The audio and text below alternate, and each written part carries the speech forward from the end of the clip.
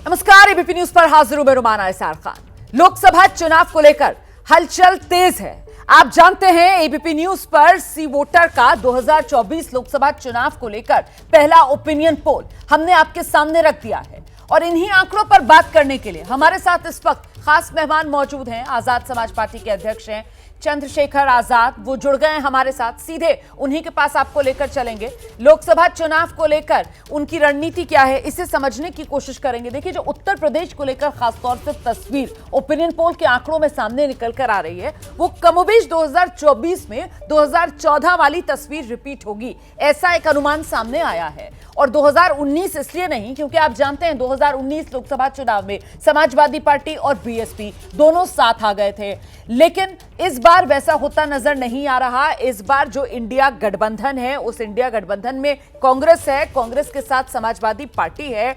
और सीधे अब आपको लेकर चलते हैं, हमारे साथ इस वक्त आजाद समाज पार्टी के अध्यक्ष चंद्रशेखर आजाद मौजूद हैं। चंद्रशेखर, बहुत स्वागत आपका एबीपी न्यूज में। सबसे पहले ये जो आंकड़ा आया है, एनडीए फिर से वापसी करेगा 2024 में, फिर से मोदी सरकार, ओपिनियन पोल के इस आंकड़े पर आपकी प्रतिक्रिया? देखिए, मुझे तो नहीं पता आपके यहाँ क्या आंकड़ा है और ये किसका सर्वे, मुझे भी जानकारी नहीं। मुझे तो आपसे ही पता लग रहा है कि आप कह रहे हैं कि एनडीए दोबारा वापसी कर रहा है। ऐसा नहीं है। मैं समझता हूँ कि अभी तो चुनाव मैदान सजा भी नहीं है। ये कौन सा ओपिनियन पोल है और ये क्या जो अभी स्टेट के चुनाव उनके आधार पर बना है, मैं इसको नहीं मानता।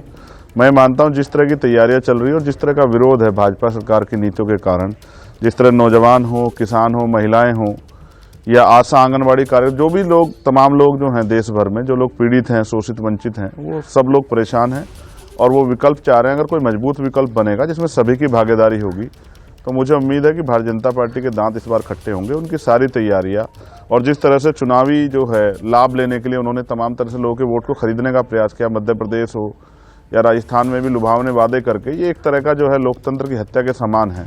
जनता को वोट जो है वो अपने मुद्दों पे देनी चाहिए, लेकिन क्योंकि लोग गरीब हैं, आर्थिक रूप से कमज़ोर हैं, तो सरकारों ने एक बहुत बड़ा प्लान बनाया कि हम आपको 1200 रुपये, 1300 रुपये, लोगों को प्रभावित करते हैं उनकी वोट को लेने के लिए। ये जब तक ये हथकंडे अपनाए जाते रहेंगे तब तक लोगों का जो है सही वास्तविक वोट जो है वो मुद्दों पे नहीं जा पाएगा। तो हम प्रयास कर रहे हैं कि जो आंकड़े भी आपके पास आए हैं वो आंकड़े गलत साबित हों और इस बार एनडीए जो है सरकार में ना आए और उनके जरिए जो नीतियां चला के लोगों को दमन किया जा रहा है वो दमन बंद हो। मेरा आपसे अगला सवाल यह है कि आप जिस मजबूत विकल्प के और एक मिले जुले प्रयास की बात कर रहे हैं विपक्ष की तरफ से बीजेपी को सत्ता से हटाने के लिए, तो उसकी एक रूपरेखा उत्तर प्रदेश में इस रूप में सामने आ रही है कि समाजवादी पार्टी और कांग्रेस इंडिया गठबंधन में साथ है।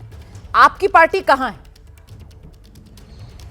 जी देखिए, हमारी पार्टी जमीन पे काम कर रही है। मैं खुद जो है नगीना में गांव-गांव जाके तैयारी कर रहा हूं, क्योंकि अलायंस होने से जीत निश्चित नहीं होती है। चुनाव डिक्लेयर होने से जीत निश्चित नहीं होती। जनता जिस जनता का वोट चाहते हैं उसको जाके उसके मुद्दे सुनने पड़ेंगे, उनकी समस्या जाननी पड़ेगी, उनके दुख सुख में भागीदार बनना पड़ेगा। जिस तरह मैं काम कर रहा हूँ इस तरह से अगर सभी लोग अपनी अपनी फील्ड में जाकर काम करें, और एक सबसे बड़ी समस्या ये होगी है कि बहुत सारी पार्टियों पे बूथ के संगठन तक नहीं अभी तक नहीं है, और जो चुनाव का समय है वो बहुत मिनिमाइज समय है। उस समय में सब कुछ तैयार नहीं हो सकता है। प्रत्याशी बहुत लास्ट टाइम आकर डिक्लेयर करती है। इसलिए मैं समझता हूं कि अगर एक सभी जातियों का सम्मान ध्यान में रखते हैं और जिस तरह का दमन हो रहा है और हालात जो बन रहे हैं भारत के, पूरे भारत के नज़रिए से जो हालात खराब हो रहे हैं उनको ध्यान में रखा जाए। जिस तरह से समाज की गैरबराबरी बढ़ रही है, धार्मिक आज़ादी छीनी जा रही है, नौजवानों को रोजगार नहीं मिल रहे हैं, महंगाई बेरोजगारी बढ़ रही है, किसानों को फसल के दाम नहीं मिल रहे हैं, ठीक है, महिलाओं का शोषण हो रहा है, महिलाओं पर रोज आपने अभी जो कहा कि अलायंस होने से जीत सुनिश्चित नहीं होती है, इसको मैं किस रूप में देखूं? इसका मतलब ये है क्या कि आप अलग से चुनाव लड़ेंगे, आप इंडिया गठबंधन में शामिल नहीं होंगे, आप ये कह रहे हैं क्या? देखिए, मैं ये कह रहा हूं, अलायंस अगर पार्टियों का होगा तो बात आगे नहीं बढ़ेगी। जनता का भी अलायंस होना चाहिए, जनता को भी जुड़ना चाहिए, और अलायंस इस उम्मीद से होना चाहिए कि हम जब जिस उद्देश्य के लिए निकले, हम देश बचाने के लिए, संविधान बचाने के लिए, लोकतंत्र बचाने के लिए, भाजपा को हराने के लिए, जनता की सरकार बनाने के लिए निकले हैं, तो हमें जनता के बीच में जाना पड़ेगा। और वो फिर प्रयास एक दूसरे को आगे बढ़ाने के लिए, ना कि एक दूसरे को पीछे हटाने के लिए। मेरा इतना ही मत है इस बात को, और मैं थोड़ा सा विस्तार कर देता हूं। जैसे आपने कहा कि आप क्या सोच रहे हैं, मैं सोच रहा हूं कि जिस जनता से आप वोट लेते हो, चुनाव में उनके बीच जाते हैं, चुनाव के बाद 5 साल नहीं जाते हो, जनता को तकलीफ होती है कि उनके मुद्दे सुनने वाला कोई नहीं, वोट बेकार हो जाता है, तो उनके बीच जाना पड़ेगा। सबसे ज्यादा जरूरी है जनता की जो समस्या उनको सुनना पड़ेगा और उनपे वो जनता उसी को वोट देनी है। मेरी वोट हो, प्रधानमंत्री जी की वोट हो, मुख्यमंत्री की वोट हो, सब एक ही काउंट होगी ना, तो वोट तो जनता को देनी है। उत्तर प्रदेश में तो क्योंकि आप लगातार घूमते रहते हैं, आपको क्या लगता है कोई भी विपक्षी दल जिसमें बीएसपी हो, समाजवादी पार्टी हो, कांग्रेस पार्टी हो, कोई जमीन पर जनता के बीच नहीं है, ये कह रहे हैं? देखिए, उस स्तर पे नहीं है जिस तरह की तैयारी बीजेपी ने की है। वो सत्ता में रहते काम कर रहे हैं, उस तरह की तैयारी नहीं है। और मैं फिर आपसे कहता हूं, जब एक अच्छा विकल्प बनेगा और सब लोगों को महसूस होगा कि इसमें हमारी भागीदारी है, ये अगर ये विकल्प आगे बढ़ता है तो हमारे हितों की भी रक्षा होगी, हमारे अधिकारों की भी रक्षा होगी और सामाजिक और धार्मिक आजादी छीनी जा रही है बंद होगी, भाईचारा बनेगा, लोगों को तरक्की के अवसर मिलेंगे, रोजगार आएगा, जिन पे जमीन उनको जमीन मिलेगी। आपकी परिभाषा क्या है अच्छे विकल्प की? आपकी परिभाषा क्या है? क्योंकि अभी जो विकल्प बन रहा है उत्तर प्रदेश में, उसमें तो इंडिया गठबंधन में 3 दल सामने नजर आ रहे हैं बीजेपी के मिलकर, एक समाजवादी पार्टी, कांग्रेस और आरएलडी। उसमें आप भी नहीं है, उसमें बीएसपी भी नहीं है, तो वो अच्छा विकल्प क्या होगा? परिभाषा। देखिए, मैं फिर आपको ये कहूंगा कि अगर एक विकल्प पिछली बार भी बना था, अगर आपके याद हो 2019 के चुनाव में कितनी सीटें जीत पाई आपके सामने है। उस विकल्प में इनके साथ बीएसपी भी थी। मैं कहता हूं, जब आप भाजपा को हराने के लिए कर रहे हैं तो किसी को भी कोई भी ये जगह ऐसा कोई भी लूज पॉइंट मत छोड़िए जहां से भाजपा को फायदा हो। फिर आप कोशिश कीजिए हर उस सशक्त आवाज को, जो सशक्त आवाज सड़कों पर लड़ रही है, जिस तरह से भी, जिस सीट को भी, जब आपने, मेरी भी चर्चा हुई, जो एक डाटा आपने बनाया कि हम एवरी सीट जो है प्रिपरेशन करेंगे, तो एवरी सीट जो उस सीट को उस हिसाब से कि भाई ना किसी को बहुत नुकसान और फायदे का भी ध्यान रखते हुए जो जीतने वाला प्रत्याशी हो, अलायंस को भी मैं कहूंगा कि जीतने वाले प्रत्याशी को अगर अवसर देंगे तो मुझे लगता है कि भाजपा को हराना आसान है। ये कोई बहुत बड़ा काम नहीं। और जातीय समीकरण का भी ध्यान रखना पड़ेगा, SC ST OBC के लोगों की, माइनॉरिटी के लोगों की, मुस्लिम जैन सिख लोगों की भागीदारी का भी ध्यान रखना पड़ेगा। अक्सर ऐसा होता है कि अलायंस में आप टिकट जो देते हैं वो जातीय समीकरण ध्यान में नहीं रख के देते हैं। जैसे बीजेपी ने अभी क्या किया है, बीजेपी क्या पिछड़ों की हितैषी थोड़ा ही है या दलितों की या अगड़ों की हितैषी थोड़ा ही है। उन्होंने जो जाति अभी किया कि सभी पार्टियों के जो उनके सीनियर लीडर थे, जो केंद्रीय स्तर के लीडर थे, सेंटर स्तर के, उनको चुनाव लड़ाने भेजा, उनके समाज में संदेश दिया कि अगर ये आदमी आपको आप जिता दोगे, इसको वोट करोगे तो ये मुख्यमंत्री बन सकता है। इस तरह का भ्रम फैला के उन्होंने वोट लिया। अभी जो मध्य प्रदेश में मुख्यमंत्री बनाए या राजस्थान में बनाए या छत्तीसगढ़ में बनाए, वो जातीय समीकरण ध्यान में रख के बनाएंगे जिससे 2024 में इन वर्गों का वोट लेके और सरकार बनाई जाए। आपने खुद ही अभी 2019 का जिक्र किया था, तो 2019 में तो वो जातीय समीकरण का भी पूरा ख्याल रखा गया था, भागीदारी का भी पूरा ख्याल रखा गया था, लेकिन फिर भी जो एसपी बीएसपी है वो 15 ही सीटें जीत पाया और 1 सीट कांग्रेस के खाते में आई थी। बाकी 64 की 64 सीटें 2019 में बीजेपी ने जीत ली थी। तो वहां आपको क्या लगता है क्या गड़बड़ी रही और इस बार बेहतर कैसे हो सकता है मामला? हाँ, तैयारी उस स्तर की नहीं थी। बीजेपी का विरोध था, बहुत बड़े पैमाने पे था। नोटबंदी, जीएसटी से लोग परेशान थे बहुत, और नौजवान बेरोजगारी से परेशान थे। किसानों के साथ जो वादे हुए थे आय दुगनी हो जाएंगे, वो नहीं हुए थे, लोग परेशान थे। लेकिन क्योंकि विपक्ष का वोट बटा, कांग्रेस अलग थी और जो थोड़े और लोग थे वो भी अलग थे। हमारे पास तो पार्टी भी नहीं थी, हम तो बीएसपी समाजवादी गठबंधन को, हमने जो है आरएलडी गठबंधन को समर्थन किया था, वो नहीं हो पाया। एक बात और आपको गौर करनी है, आपने उत्तर प्रदेश की बात की। उत्तर प्रदेश में दलित पिछड़ों की संख्या बहुत है। 69,000 शिक्षक भर्ती के बच्चे भूख हड़ताल पर बैठ गए हैं कल से। विपक्ष को चाहिए था उनकी आवाज मजबूती से उठाते। अभी जैसे भर्ती आई है पुलिस की, 5 साल में पहली बार भर्ती आई है, और उसमें भी जो बच्चे थे, सभी वर्गों के बच्चे जिन्होंने तैयारी की थी वो नौकरी नहीं पा रहे हैं क्योंकि उनकी जो एज है वो ओवर हो गई है। तो ये जो मुद्दे हैं जिनसे जनता, जिनसे नौजवान जुड़े हुए हैं, जिससे किसान जुड़े हुए हैं, जिससे दलित पिछड़े जुड़े हुए हैं, जिससे मुसलमान जुड़े हुए हैं, उन मुद्दों को उठाना पड़ेगा। उन पे जैसे हम तैयारी कर रहे हैं, तो मुझे ये लग रहा है जब आपने 2019 के लिए कह दिया कि साहब इतना बढ़िया भागीदारी और इतनी बढ़िया जातीय समीकरण, एसपी बीएसपी साथ आते हैं, बावजूद उसको नहीं बुना पाते हैं क्योंकि तैयारी नहीं थी। तो अब तो सामने है 24 का चुनाव और अभी भी आप विपक्ष में इतनी खामियां गिना रहे हैं, तो मतलब इस बार भी विपक्ष के लिए तो फिर कोई गुंजाइश बचती नहीं है। इसी वजह से क्या चंद्रशेखर आप खुद ये नहीं तय कर पा रहे हैं कि आप गठबंधन में जाएंगे, इंडिया गठबंधन में या नहीं? देखिए, आप मीडिया के लोगों को नैरेटिव नहीं सेट करना चाहिए कि क्या होने वाला है। कोई ईश्वर नहीं है, कोई अपने आप को खुदा ना समझे। ये सब जब हम ये कहते हैं कि भाई जो है जो करती है कुदरत करती है, तो मैं फिर कह रहा हूं ये जो नैरेटिव सेट करना और मैं आलोचना नहीं कर रहा हूं, मैं किसी को बुरा नहीं कह रहा। हम भी जानते हैं किस तरह से नैरेटिव सेट किए जाते हैं, कहाँ से जो है किसको क्या मदद होती है, ये सब आप किससे छिपा हुआ नहीं है। मगर मैं आपसे ये कह रहा हूँ, कमियां जो आपका सच्चा हितैषी होता है, जो आपका दोस्त होता है, वो आपकी अच्छाइयां नहीं बताता, आपकी कमियां बताता है। इसलिए बताता है कि आपसे कोई चूक ना हो जाए, क्योंकि ये सवाल देश बचाने का है। बहुत ज्यादा है। जिस तरीके से मायावती ने आकाश आनंद को अपने उत्तराधिकारी के तौर पर ऐलान कर दिया है, वो आपको सही लग रहा है कदम? मैं नहीं, आप अगर आप मुझे मेरी बात ही नहीं रखने देंगे तो फिर क्या फायदा है मेरा आपके यहाँ? नहीं, बात रखिए, अपनी बात रखिए आप। क्या तो पहले आप मुझे मेरी पूरी बात रखने दें।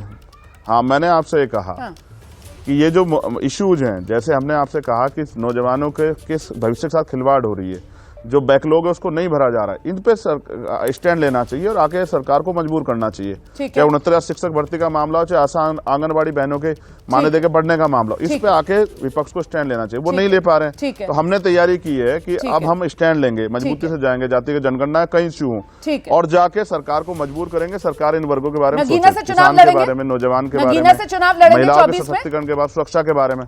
जी, नगीना से चुनाव लड़ेंगे 24 में? हाँ, मजबूती से चुनाव लड़ेंगे, जनता के बीच में, और जनता में बहुत उत्साह है। ठीक है, बहुत धन्यवाद। चुनाव लड़ूंगा। बहुत धन्यवाद इस जानकारी के लिए। नगीना से चुनाव लड़ेंगे, ये ऐलान करते हुए एबीपी न्यूज पर चंद्रशेखर आजाद को आप सुन रहे थे। गठबंधन को लेकर अभी पत्ते नहीं खोल रहे। हाँ, विपक्ष की उस रूप में तैयारी नहीं, ये जरूर कह रहे हैं चंद्रशेखर, लेकिन साथ ही साथ कह रहे हैं इसलिए कमियां बता रहा हूं क्योंकि हितैषी हूं विपक्ष का। सूत्रों के हवाले से इस वक्त बड़ी खबर आ रही है, एबीपी न्यूज को जानकारी मिल रही है। बिहार में आरजेडी ने कांग्रेस को साफ कर दिया है कि आरजेडी और जेडीयू 17 सीटों पर चुनाव लड़ेंगे और अन्य दलों के लिए 6 सीटें ये दोनों दल छोड़ेंगे। तो मतलब 17 सीट आरजेडी और जेडीयू आपस में बांटेंगे। कांग्रेस को 4 और लेफ्ट के लिए 2 सीट देने का प्रस्ताव जो आरजेडी की तरफ से रखा गया है। हम सीधे आपको लेकर चलते हैं, मेरे साथ मेरे सहयोगी आशीष इस वक्त मौजूद है। जरा जानते हैं आशीष से, मतलब वो जो जेडीयू और बीजेपी वाला फॉर्मूला रहा है 17 सीट का, वही आरजेडी और जेडीयू में होगा और अन्य दलों के लिए वो बाकी की 6 सीटें, यही फॉर्मूला तय पाया गया है? जी हाँ, बिल्कुल। पहले ये कयास लगाए जा रहे थे कि संभव है कि 15-15 सीटें लड़कर बाकी की सीटें आरजेडी और जेडीयू अपने इन घटक दलों के लिए छोड़े, लेकिन ये बड़ी खबर हमें जो अंदर से जानकारी मिल रही है कि कांग्रेस को जेडीयू और आरजेडी की तरफ से ये कह दिया गया है कि 17 सीटें वो लड़ेंगे और 6 सीटें वो एलाइज यानी कांग्रेस, सीपीआई और सीपीआई-एमएल के लिए छोड़ सकते हैं। 4 जिसमें से कांग्रेस को दी जाएगी, 1 सीपीआई-एमएल और 1 सीपीआई को। कांग्रेस को उम्मीद थी इससे ज्यादा सीटें मिलेगी, कम से कम 7-8, लेकिन हमें ये टॉप सोर्सेज से जानकारी मिली है कि अभी सीट शेयरिंग की बातचीत औपचारिक तौर पे शुरू भी नहीं हुई है कि आरजेडी की तरफ से कांग्रेस पर इस बात का दबाव अब बना दिया गया है और यह साफ कह दिया गया है कि बिहार में उन्हें सिर्फ 4 सीटों से संतोष करना पड़ेगा। अभी आगे निगोशिएशंस और चलेंगे, कांग्रेस कितना मना पाने में कामयाब होगी ये देखना बड़ा दिलचस्प होगा रोमाना, लेकिन ये बड़ी खबर है कि अभी फिलहाल कांग्रेस को ये कह दिया गया है कि 4 सीटें उनको, 1 सीपीआई और 1 सीपीआई। लौटूंगी आपके पास, तो देखना दिलचस्प होगा कांग्रेस की तरफ से क्या प्रतिक्रिया दी जाती है। ये जो आरजेडी प्रस्ताव लेकर आई है कि साहब आरजेडी और जेडीयू बिहार में कुल 40 लोकसभा की सीटें हैं, 17 सीटों पर लड़ेगी और जो 6 सीटें हैं वो 4 कांग्रेस और 2 जो है वो लेफ्ट पार्टियों के लिए छोड़ी जाएंगी। इस बीच इसी तरीके से सूत्रों के मुताबिक एक और बड़ी खबर आ रही है, उत्तर प्रदेश से आ रही है। समाजवादी पार्टी यूपी में कांग्रेस को सिर्फ 8 सीट देने को तैयार, जबकि कांग्रेस उत्तर प्रदेश में ज्यादा सीटें चाहती है। ये एक और महत्वपूर्ण खबर है। हम सीधे आपको लेकर चलते हैं, मेरे साथ मेरे सहयोगी आशीष कुमार सिंह जो लगातार बने हुए हैं। आशीष, बिहार की तरह ही उत्तर प्रदेश में भी कांग्रेस जितनी सीटें चाह रही थी गठबंधन के साथियों से, उस हिसाब से सीट नहीं मिल रही है? जी हाँ, बिल्कुल। Writing on the wall was very clear. जब 3 राज्यों में हार हुई थी कांग्रेस की, उसके पहले कांग्रेस को उम्मीद थी कि वो ज्यादा सीटें लेने में अपने इन घटक दलों से कामयाब हो सकेगी, लेकिन 3 राज्यों का नतीजा जो आया उसके बाद इस तरह का दबाव अब उन पर आना शुरू हो गया है। उत्तर प्रदेश से भी ये बड़ी खबर है कि कांग्रेस को समाजवादी पार्टी ने कहा है जिस तरह से वो उम्मीद 18 से 20 सीटों की कर रहे थे, ऐसा नहीं होगा। शर्त सामने रख दी गई है, 8 सीटें कांग्रेस को समाजवादी पार्टी दे सकती है, जिसमें बनारस है, लखनऊ है और वैसी सीट से रोमाना जिसके बारे में मैं और आप बात करें तो पता चलता है जहां समाजवादी पार्टी का ज्यादा स्टेक नहीं है, वही 8 सीटें कांग्रेस को फिलहाल देने के लिए राजी है। जैसा मैंने पहले कहा, बिहार हो, यूपी हो, सीट शेयरिंग को लेकर निगोशिएशंस आगे बढ़नी है, लेकिन पहला ब्रेक, पहला झटका तो एक तरह से कांग्रेस को लग गया है कि इन दोनों जगहों पे सीटों को लेकर शर्त रख दी गई है और समाजवादी पार्टी ने उत्तर प्रदेश में कहा है कि हम 8 सीटों से ज्यादा आपके लिए नहीं छोड़ सकते। और आरएलडी क्या 8 सीटों में कांग्रेस को ही आरएलडी को भी एडजस्ट करना पड़ेगा या फिर उसके लिए अलग से सीटें? समाजवादी पार्टी के पास क्या है फॉर्मूला, क्या जानकारी मिल रही है सूत्रों के हवाले से? देखिए जो हमें जानकारी है उसके मुताबिक 8 सीटें फिलहाल कांग्रेस को देने के लिए कही गई हैं। अब जयंत सिंह और अखिलेश यादव के बीच में जो निगोशिएशंस होते हैं, पहले तो ये तय हो जाए कि जयंत सिंह अलायंस में ही बने रहेंगे। उनको लेकर के बड़ा सस्पेशन बना रहता है, लेकिन मुझे लगता है कि उनके साथ जो निगोशिएशन होगी अलग होगी। ये जो 8 सीटें ये कांग्रेस को देने के लिए अखिलेश यादव की तरफ से कहा गया है। तो ये महत्वपूर्ण जानकारी जो सामने निकल कर आ रही है, चाहे उत्तर प्रदेश हो या फिर बिहार हो, दोनों ही जगह जो सहयोगी हैं वो कांग्रेस को ज्यादा सीटें देने के मूड में नजर नहीं आ रहे हैं। बिहार में आरजेडी की तरफ से कह दिया गया है कि साहब 17 सीटों पर तो हम और जेडीयू लड़ेंगे और अलायंस के लिए 6 सीटें हम छोड़ रहे हैं, जिसमें से 4 कांग्रेस। और वहीं उत्तर प्रदेश में समाजवादी पार्टी कह रही है कि साहब 8 से ज्यादा सीटें कांग्रेस पार्टी को हम नहीं देने जा रहे। एबीपी न्यूज और सी वोटर का सर्वे, और इस सर्वे पर सियासी प्रतिक्रियाएं आ रही हैं। बरेली से 8 बार के सांसद हैं संतोष गंगवार, उनकी प्रतिक्रिया सामने आई है। बीजेपी सांसद संतोष गंगवार कह रहे हैं देश के मतदाताओं को मोदी पर भरोसा है, जनता जानती है देश सही दिशा में आगे बढ़ रहा है। 2024 के चुनाव में सर्वे से ज्यादा सीटें बीजेपी जीतेगी, ये भरोसा जता रहे हैं संतोष गंगवार। हमारे साथ वो वरिष्ठ सांसद 8 बार के सांसद संतोष गंगवार जी, उनसे बात करते हैं। सर क्या कहना चाहेंगे, जो सर्वे आया है उसमें बम्पर जीते हो रही है आपकी? न, वास्तव में देश का मतदाता आदरणीय मोदी जी पर भरोसा और विश्वास कर रहा है और उन्हें लग रहा है कि वास्तव में देश को एक सही दिशा में ले जाने का और हमारा देश दुनिया में पहचान बनाने का काम आदरणीय मोदी जी के नेतृत्व में ही कर रहा है। तो इसलिए जो सोच है मतदाताओं का वो सही है। मुझे लगता है कि जो सीटें वो बता रहे हैं, जब चुनाव परिणाम सामने आएगा तो अब इससे ज़्यादा ही सीटें आप सुनेंगे और देश की जनता के प्रति विश्वास व्यक्त करें। विपक्ष की क्या स्थिति लग रही है आपको? मैं कोई टिप्पणी नहीं कर सकता। ठीक है सर।